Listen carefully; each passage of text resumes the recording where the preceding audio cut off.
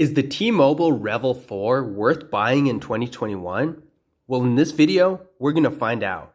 Hey everybody, this is Andre here covering for Kevin on the Kevin Breeze channel, and today we're going to be taking a look at the T-Mobile Revvl 4. This phone can be used with both T-Mobile and Metro by T-Mobile, and you can find it for under $150. In some situations, you can actually get this phone for free through Metro. But what kind of value are we actually getting from this phone? Well, we're about to find out.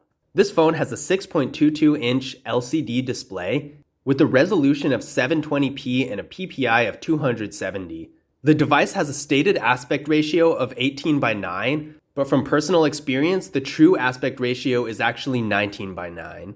We have a water drop here for the front-facing camera, and it is 5 megapixels. Now, I personally think it would look a lot better if it was a hole punch. These days, manufacturers have been switching their phones from water drop to hole punch front-facing cameras, and I personally think they should have done the same with this one. Now, this phone has 32 gigabytes of internal storage with micro SD card expansion, and I personally think this is a little low. To give you an idea of what it looks like, this phone has everything that people usually use on a daily basis downloaded onto it, and it's taking up 35% of the internal storage.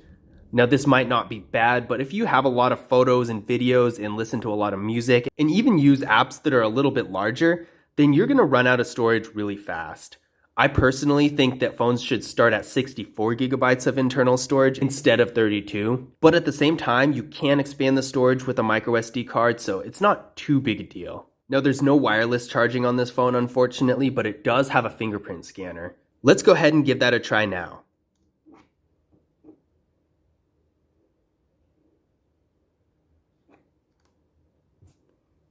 One more time. As you can see, the fingerprint scanner is responsive and fast. This phone also has the option for face unlock, which is really nice as an alternative way of unlocking the phone. Taking a look at the camera setup, we do just have one camera here, and it is 13 megapixels and of course our flash. Since there's no depth sensing camera, there's not going to be a portrait mode, and unfortunately there's no ultra wide camera either. Now, this is a bit of a disappointment to me. I personally wish that it at least had portrait mode, if not the ultra wide as well. Lots of phones these days, even in this price range, are getting ultra wide cameras, so it's becoming a little bit of an expectation now. And this is what our camera looks like here. And although it doesn't have portrait mode or an ultra wide option, there are several different filters and other things that you can do to the image, and that's pretty nice. We are shooting in 1080p at 30 frames per second. Also keep in mind the audio quality of the device. As you can see, the video mode of this phone is pretty decent. It is able to shoot in up to 1080p, but keep in mind, the display of this device is only 720p, so when you shoot a 1080p video, you're still only going to be able to view it in 720p on this device. Now, internally, we're getting 2 gigabytes of RAM with the MediaTek Helio A22 processor. On the Geekbench 5 benchmark test, this phone has a single core score of 118, and a multi-core score of 515. Now, if you're just doing basic activities like making calls, sending text messages, taking a few photos here and there, then you're definitely going to be okay. But if you're getting into the more intensive activities like gaming, photo and video editing, and that kind of stuff, then you might want to look for a more powerful device. Now, as far as the battery goes, this phone has up to 19 hours of talk time, which is pretty good. Now that we've gone over the specs of the phone, let's take a look at the hardware. So up top, we have a 3.5mm headphone jack and the noise-canceling microphone, as well as the earpiece and the front-facing camera. On the bottom, we have a microphone, a USB-C charging port, and a speaker. On the left side of the phone, we have a slot for the SIM card and the micro SD card. On the right side of the phone, we have the volume up button, the volume down button, and the power button. On the back of the phone, we have our camera setup and our fingerprint scanner, and there's a T-Mobile logo right in the middle. All around, despite being a rather lower budget phone, this phone does feel pretty high quality.